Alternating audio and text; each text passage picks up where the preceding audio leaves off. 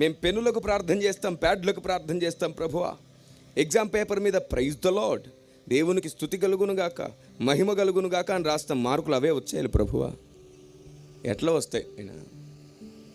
వస్తాయా? నువ్వు పెన్నుకు ప్రార్థన చేస్తే, ప్యాడ్కు ప్రార్థన చేస్తే, పేపర్ మీద ఏదో ఒక మాట రాసేస్తే మార్కులు వస్తాయా? రావు. అసలు మార్కుల కోసం ప్రార్థన చేయడమే తప్పు అన్నాడు పరిశుద్ధాత్మ దేవుడు. మీరు చెప్పండి, ఒక ఇద్దరు ఉన్నారు, ఒకడు 2 గంటలు ఏడుస్తున్నాడు, మార్కులు కావాలి దేవుడా, మార్కులు కావాలని ఏడుస్తున్నాడు. ఇంకోడు 2 గంటలు రాత్రి పగలు కష్టపడి చదివాడు. ఒకడు 2 గంటలు కష్టపడి చదివితే ఇంకొకడేమో 2 గంటలు మార్కుల కోసం ఏడిచాడు. ఎవరికి మార్కులు వస్తాయి? దేవుడు ఎవరికి మార్కులు వచ్చేటట్లు చేస్తాడు? ప్రార్థన చేసిన వాడికా, కష్టపడ్డవాడికా?